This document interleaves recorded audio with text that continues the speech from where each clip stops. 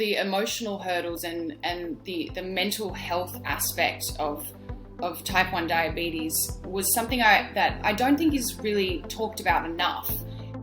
Welcome to the Mastering Diabetes audio experience, where we'll teach you how to reverse insulin resistance, achieve your ideal body weight, gain energy, and get your best A1C following almost 100 years of evidence-based research. We're on a bold mission to reverse insulin resistance in 1 million people. We're glad to have you joining us.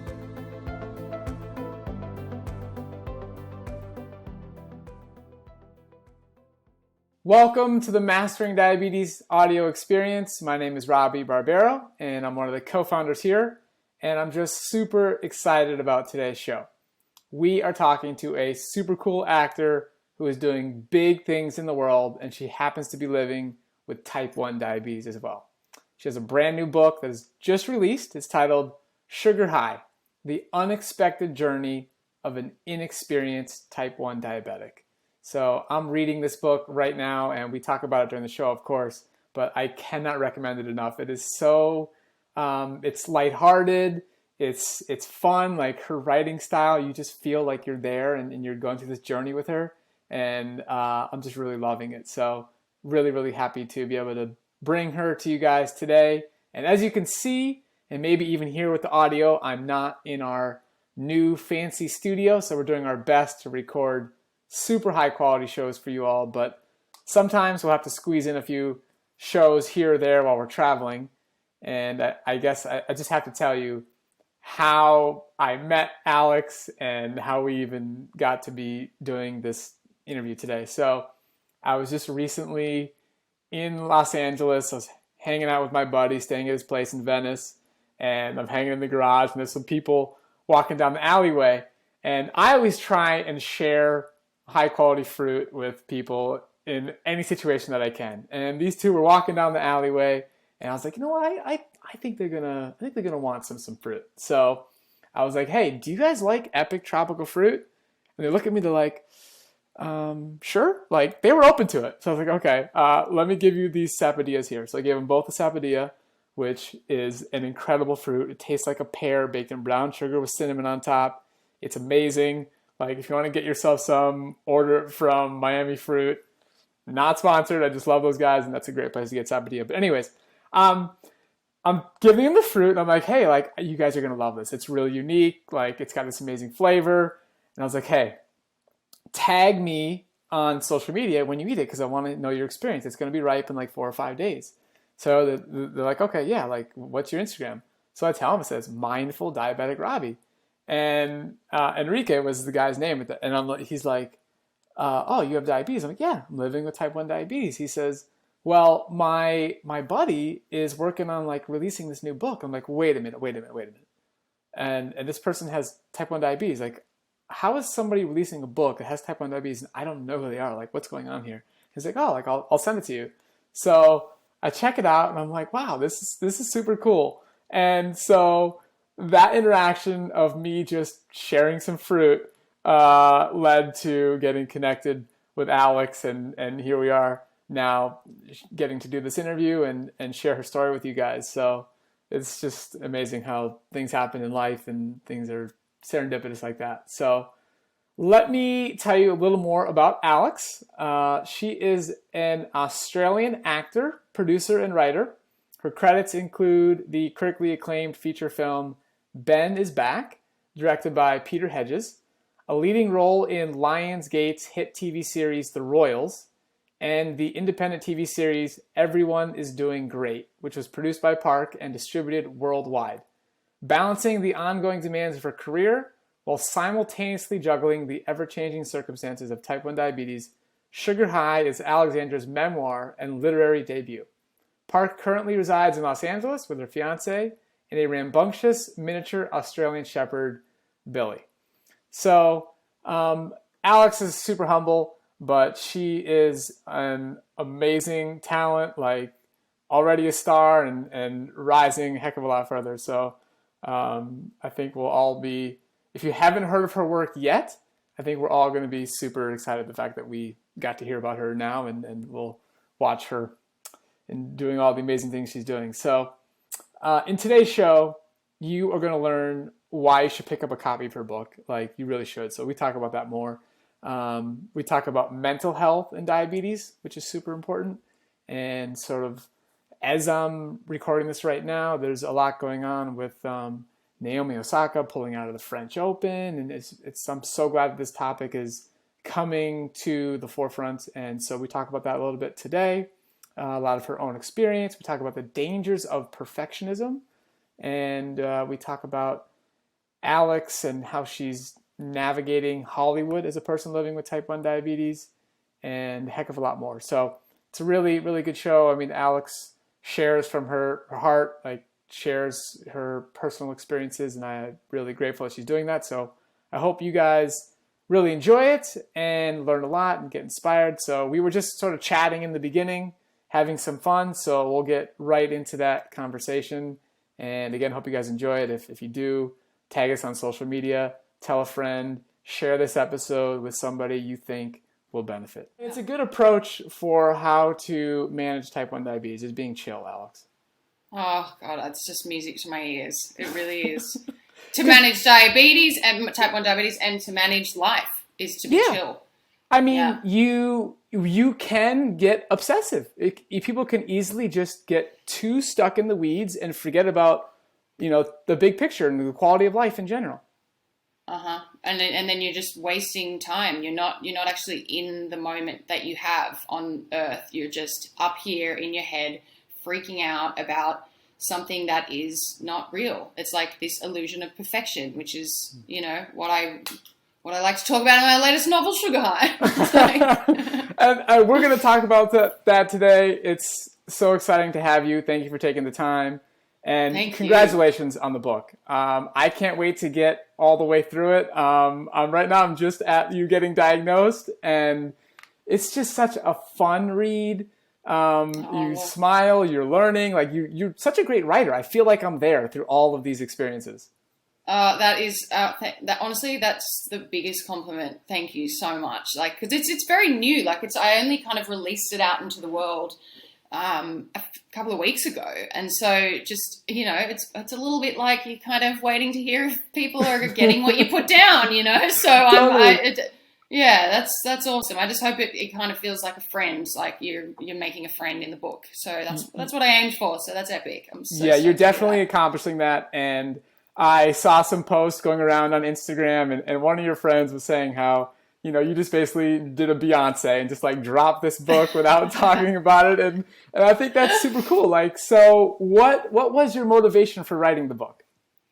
Well, I mean, I guess so my diagnosis happened at a pretty wild time, obviously right before I was planning to head to LA to further my hustle as an actor, to try and find acting work that I wasn't finding in Sydney.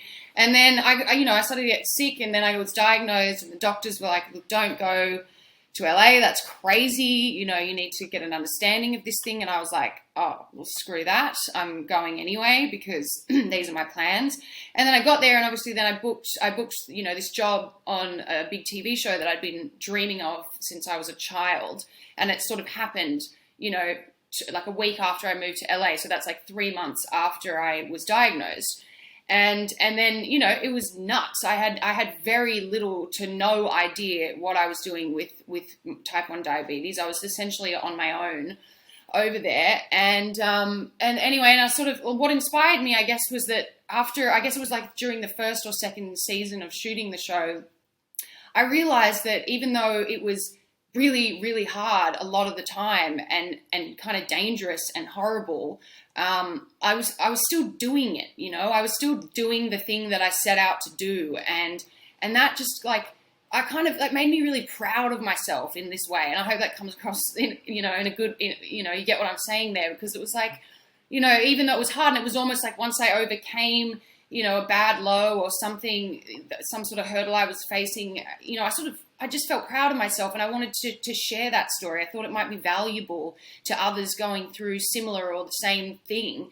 In my experience, you can do it, and it kind of makes you grow, and it makes you stronger to have these massive challenges in life, but not letting them take over you, kind of working with them as opposed to against them and having them. And so I don't know, it can be very isolating and very, you can feel very alone with it, as I'm sure you would have in the early stages as well. And so I just kind of was inspired to write something that, that I was sort of looking for when I was first diagnosed. I remember I wanted to find someone or talk, and I didn't know where to look. And I wanted to read something that was about someone doing something that they set out to do while living with this. And I guess that's why I wanted to write it, because I just thought, well, I'm in this extraordinary situation. I don't know why I've been so lucky to land this job right now, but it's happening and it's pretty crazy. And so maybe it might help other people. And that was really the whole point.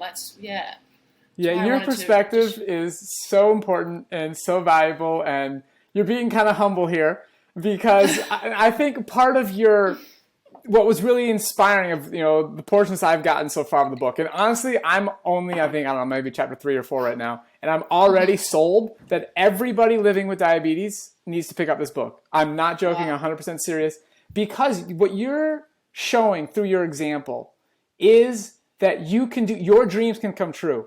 And your conviction, because what you didn't tell in your little story right there was the fact that before you decided to go to America and go through your dreams, you got offered basically a dream job on a big show in Australia. And obviously a big show in Australia is not the same thing as, shows in America.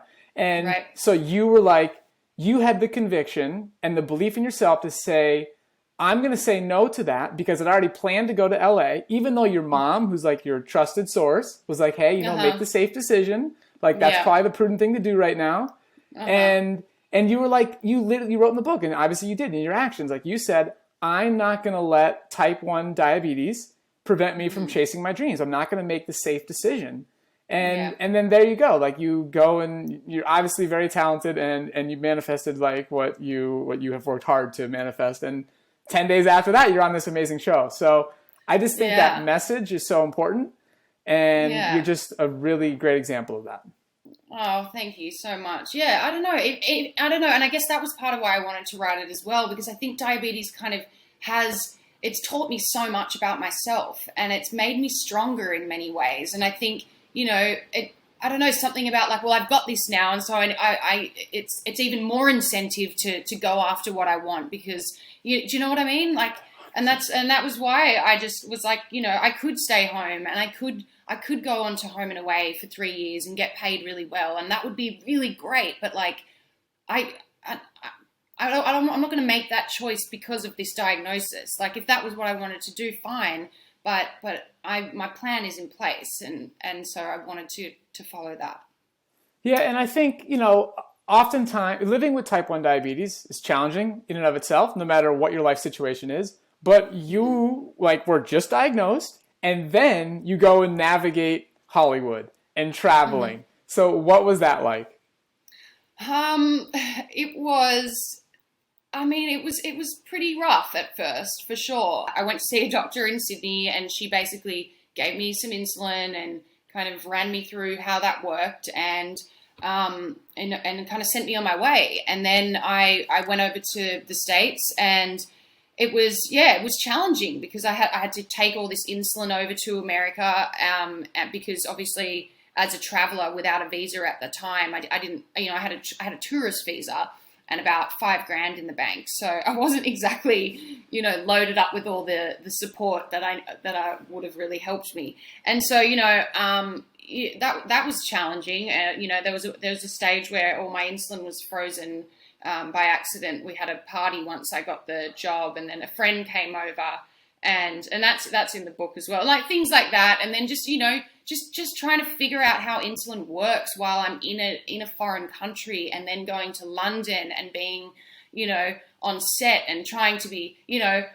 confident and focused on what I'm doing, but worrying about what my blood sugars are doing, and then I started to develop obsessive kind of behavior with and that's kind of what the book's about. So it was really hard at first, and I struggled with low blood sugar pretty badly, but I just kind of just picked myself up and tried again and tried to be as prepared as I could. And I learned, that's what the book's about, is that I really learned how to live with type 1. And I guess most of all, I learned to accept that I had type 1 while I was filming this TV show. And so we really dive into that throughout the story in the book.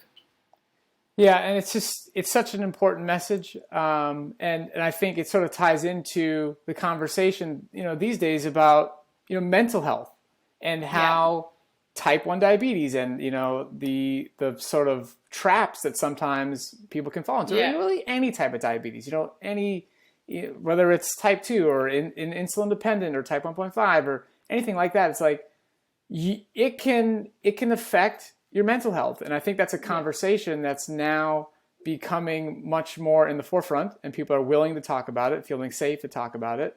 And so let's share your experience with that, and also how you became more comfortable telling the people you love or the people in your life about it so you could get the support that you needed.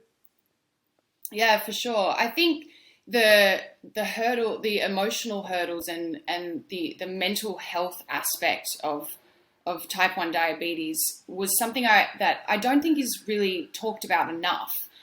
There's no I wasn't given a warning when I was diagnosed, or when I saw any doctors in those early days or anything who said, this might affect your mental health. There was no pamphlet on that. There was no heads up, and the mental health kind of hurdles was absolutely my biggest challenge, and still is. I still struggle with it a lot of the time. And I think, because I didn't know anyone with type 1 when I was diagnosed. I still don't know many people with type 1 now, and unless you're going through it, just the intricacies that are involved in the math and everything that comes with, which it's the one thing that we can control, I suppose, is our blood, because I was using a glucose meter for years, because I didn't want to use a CGM, because I thought it was, a sign of weakness. I was in denial for so long, and I'd go and see doctors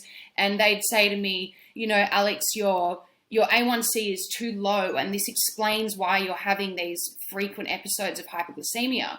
And I was so eager to be perfect with my blood sugar control that I actually kind of, I only took certain things that the doctors were saying, and I disregarded the rest. So doctors would say to me, you're going to be healthier if you can bring your A1C up just a tiny bit. And I would say that, because they were like, your A1C is so low that it's almost of that of someone without diabetes. And I was like, and I heard that, and it was like, it fed me. And then I'd go away and I'd think, that's all I want to hear. I'm not hearing it. You'll be safer if you bring it up a tiny bit. I just heard, okay, well, I got to keep going like this. And so whenever, I'd be on set and I'd be just brewing all these thoughts constantly in my head. Like every time I saw my glucose, my blood glucose reading, if it was perfectly in range. Like we're talking about, like good numbers here, but I wanted it to be perfect. And so I would, without even knowing, I'd get my insulin pen out when I was on my way, to set, and I'd check the number, and it was on a glucose monitor, so I don't know which direction it's going. It could have been going down, but I'd just pull out my pen and I'd just hike up my costume and I'd give myself a shot, because I'd be wanting to keep it as low as possible and perfect as possible. And I really struggled with this issue of control and wanting to be perfect. And I just felt like there was nobody that I could really talk to who understood what I was going through. And so therefore I was very much alone with it. And it got really, really dangerous. This fight for control and perfection in my blood sugars. And I think that that's something that can be really dangerous if it's not, addressed and talked about, and if someone going through this doesn't have the right support. And so I think, and oftentimes you can't get that support from doctors or from people who aren't going through it. And that's why I admire you, Robbie, and what you're doing here, because, I was someone who, was so in denial for so many years that I refused to reach out to anyone else who was going through anything similar, because I didn't want to admit that I had this and that I was part of this group. And so therefore I suffered. Like, I didn't have any support, and I just kept in my head all the time, you're doing it wrong. It's not good enough, like just pounding myself, which meant that I was just having low blood sugar all the time and high, and then therefore high blood sugar. And it's just like this black hole in your mind, and it's so dangerous, because that mental, the danger that comes with a mental obsession that comes with type 1 diabetes is it then seeps into all other areas of your life. This is such do you know an what I mean? And so topic. it's like, yes. I'm like, I'm an actor, and so and there's enough kind of desire for perfection and rejection and you're not good enough and you've got to do better that I deal with in my career as it is. And that's in my career, but that's in everyone's life right now. I feel like it's just this constant, comparison, whether it's social media or it's, your relationships, your work, your the way you look, what you're doing. It's like we are just conditioned right now in this day and age to be on this mouse wheel, to just be doing better. And like, it's just a constant, you can do better. This person's doing better. And you throw diabetes or some kind of health condition on top of this world that we're already living in, and it just seeps over, it oozes over your whole life, and it can make you feel, completely alone, and it can put you in mental danger and in physical danger. And I just think that this is something that we need to talk about more, so that people are not, finding themselves in these situations where they feel like they're trapped and they can't get out and they're never going to be good enough, because it's dangerous. It's bloody dangerous. I'm so glad you're speaking up about this stuff, and you taking the risk and the willingness to write a book like this and have these conversations and say, yes, this is how type 1's impacted me, and this is just a real conversation. Because a lot of people, like you said, they feel alone. We have a lot of people who join our coaching practice and they join our, our small group coaching calls, and they've never talked to another type 1 in their entire life. And I'm just like, oh my gosh, like we got to fix this as a community and feel safe and confident. Even your conversation about, being able to show your devices, especially in your career, like wearing a CGM or wearing a pump, if that's a tool that somebody wants to use, like just opening up those conversations and just, it's important, like it's critical. And the perfectionism of, like my blood glucose went to 300. I'm bad. Like I'm wrong. Like I'm a terrible person. It's like, no, it's okay. Like that type of energy towards yourself is not going to make anything better. And it's just not true. So it's great that you're talking about this. No, yeah. It's just, I feel very passionately about it, because I just think it's relevant in all aspects of life, but particularly in something that can be as potentially dangerous, when you're dealing with insulin and you're living with a condition that is and can be incredibly isolating. I just think it's not talked about enough, and there's a way that we can help people. And that was why I wanted to write the book. I wanted to share the mistakes that I made. It's not a how-to book. It's not a book that says, I've got the answers, here they are, follow what I'm doing. That's not it. What it is, these are the mistakes I made, and I want to share them so that other people can realize that, they feel better about their mistakes and know that we learn from mistakes. It's not about the mistakes we make. It's about, what we take from them and how we move forward from those mistakes. And I just think that that's incredibly important to feel good as a human being and to improve your health. You're not going to get better at anything if you're just constantly telling yourself that you're terrible at it, That's exactly right. And the book is super relatable and super inspiring. And this conversation about too many lows is an important conversation worth having. And now that, continuous glucose monitors are starting to get out there more, which, we want them to be even more ubiquitous, which is a conversation we can have today. But it's an important tool, and we are now learning how important it is to reduce the time that we're spending low. Like it's not worth it to have a bunch of lows to get this better A1C, because you're trying to like impress, your family or friends or doctor or your perfectionism self. Yeah. Yeah. Like it's not worth it. So tell us a little more about that shift that you went through and how that's going. And I just think that's an important message for people to hear.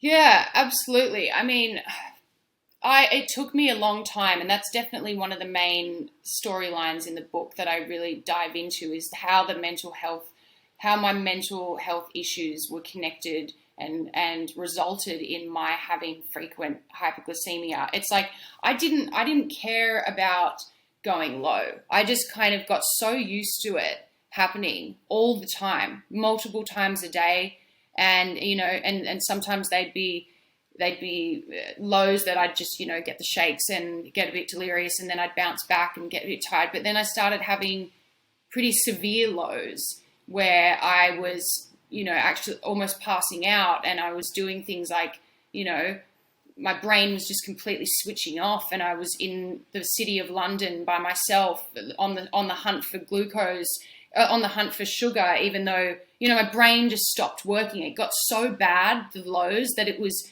I just remember being in a situation where I'm around my friends and I'm going so low, I'm panicking. And I'm in a bar, like there's lemonade, there's everything I need is right there. But my brain started switching off, and I would leave the bar and I would walk down the street on a busy street in London by myself and go and find a 7-Eleven and end up on the floor, asking a gentleman who doesn't speak English for something he doesn't understand. And I am, and it got really bad, because the more it happens, the worse it gets. You just keep pushing it, you just keep flooding yourself with insulin and having these episodes. And that's what started to happen to me. But it took me a very long time to learn, because after I would have these horrible episodes, and then, I'd feel, shameful and beat myself up about it.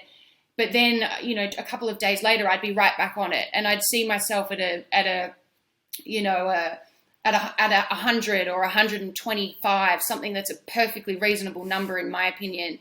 But then I've been on these Facebook pages who have said, and I'm looking at all this stuff and I'm being fed by the perfection, and they're saying, you've got to keep it at 83, it must be there. And so then I'd see, even though I'm face down on the floor in a 7-Eleven, dressed in, my costume, looking like it, it's not a good look, getting looked at like a heroin addict, and people are like, oh God, what's going on there?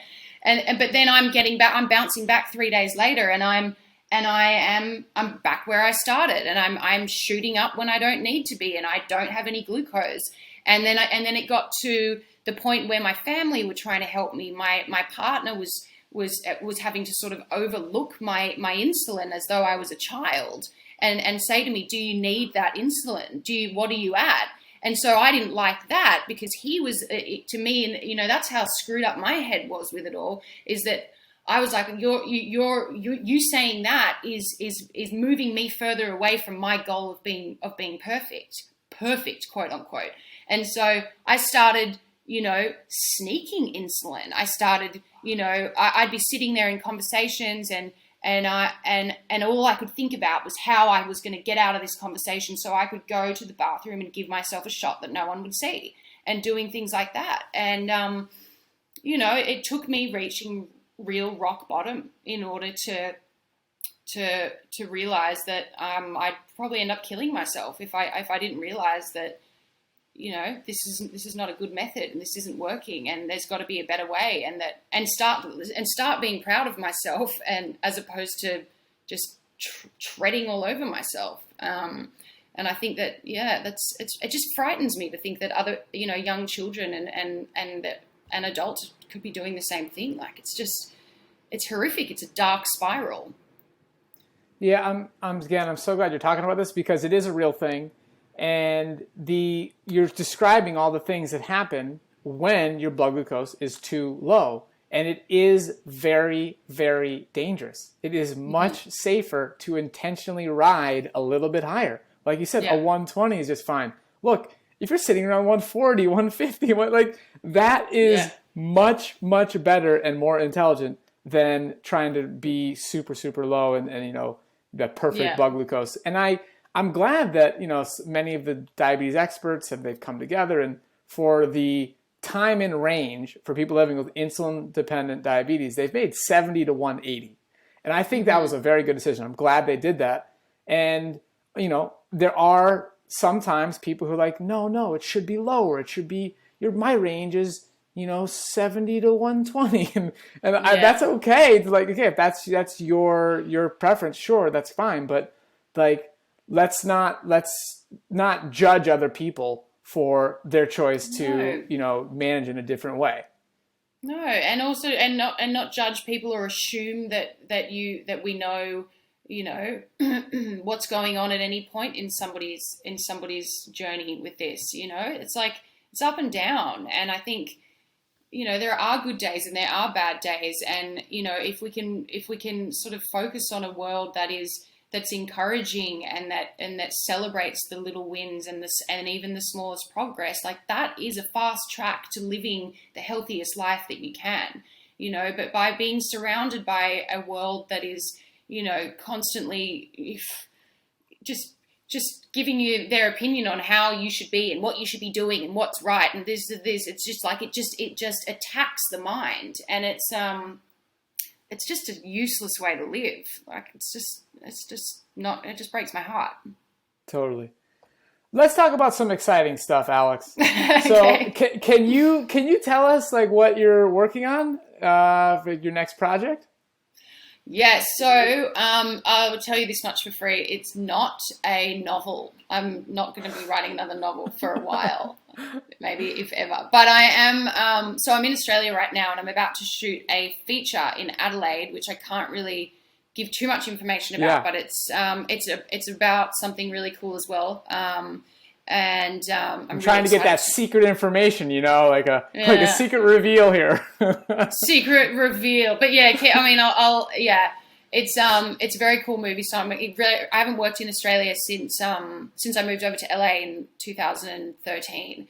So I'm very excited to work with Aussies, and so I also have a show on the air at the moment. It's on Hulu in the US and Paramount Plus worldwide. So it's called Everyone is Doing Great. It's a half-hour comedy, and it was an independently produced show that my film family and I co-produced, and I also star in it. And it's basically just about it's like a coming of age story about two guys navigating life after success. They're finding themselves in a not so successful moment 5 years after they're actors, and they don't have jobs, and it's just a very honest kind of display of life, and we love it. And so it's been on Hulu. We were delighted it found its home on Hulu and Paramount Plus, and we're in the midst of getting a second season happening. So we've just been writing that, and we're pretty stoked with what we've come up with. And so that's been a lot of fun, and hopefully you could check it out if you want. Yeah, I'm gonna have to now. Congratulations. So people can just go to Hulu and watch it. There'll be like commercials on it, or do you have to sign up for Hulu? I don't even know how it works. I think Hulu, I mean, I don't think it should have commercials, or maybe it does, but yeah, you just go to Hulu and it'll be on there. And if there are commercials, I don't think there is. No, I don't think there should be commercials. I mean, it shows how I'm embarrassing clueless about all this stuff. I don't watch. Well, you've got a lot TV. going on. You're kind of doing some pretty important stuff over there, Robbie. Yeah. So. Well, thank you so much. I appreciate that. I mean, congratulations on everything. So I'm definitely going to check out that show on Hulu. We'll obviously put links below so people can learn more, and people can get the book. So awesome. You can get it on Amazon. You can basically get it everywhere books are sold, I assume. I think Amazon or Barnes & Noble is kind of where it's at the moment. But yeah, it's a fun read. I feel like we really got into the emotional kind of stuff there, which is good. I can tell it's important to you as well. But I just want to reiterate that the book is, it's supposed to be funny, you know. It's written in my voice, and it's not like we were just getting deep there. Like I feel like I was just like my heart was just bursting for a second there, and I get carried away because and again, I haven't spoken to many type 1 diabetics myself, so I'm feeling this podcast a lot. Yeah. But yeah, the book is supposed to be and was intended to make you laugh, you know, and there's a lot of fun stuff in there, like, you know, it's a mashup of these massive highs and being on set and traveling around the world and being at fancy dinner parties and doing red carpets and all the rest of it. And then, you know, and then there's diabetes on the side, and it's kind of like diabetes is like the friend that's lagging behind, and it's like, come on, mate, like we've got to go to the red carpet. You know what I mean? So it's supposed to be, yeah. That's why I wrote it. I hope it's you know, a really fun read. And it's written in my voice. It's not a how-to book. It's really just this is what happened to me, and this is pretty wild, but we can do whatever we want in life, and go do whatever you want to do, because you can, you know. That's really it. And your creativity shines through, like the story of how like you had an elephant in your car and you like talked to it. It's just so funny. Ellis. Yeah. I'm very excited to continue reading, and honestly just cannot recommend it enough. Thank you so much for reading it, Robbie. That means so much to me. I can't wait to hear what you think of it. It really honestly means the world. It's so flattering. I hope it becomes such a huge success and so many people read it that hopefully you get asked to make an audiobook version. I think you reading it would be really fun. I hope that happens. Hell yeah. No, I think so. That would be fun. Yeah. I don't know how that works, but definitely. That. And you're on Instagram. People can find you there. What's your Instagram handle? So my Instagram is just Alexandra Park 1 at. Perfect. No, well, it's not at anything. It's just at Alexandra Park 1. I love it. Okay, so we can find you on Hulu, Paramount Plus. Can they still watch the Royals? They can, yes, if they would like to. And it's kind of fun, actually. The Royals is such a fun show as well. It was like the funnest show. And that's on Amazon at the moment, everywhere, I believe. So, and there's scenes in the book that are on the show, so that's kind of fun too. Like I'm explaining stuff that are actually on the show, so that's kind of fun. But yeah, you can watch that. So that's awesome. Okay, that's great. And then we're all on the edge of our seat to learn more about the feature film when you get to share more.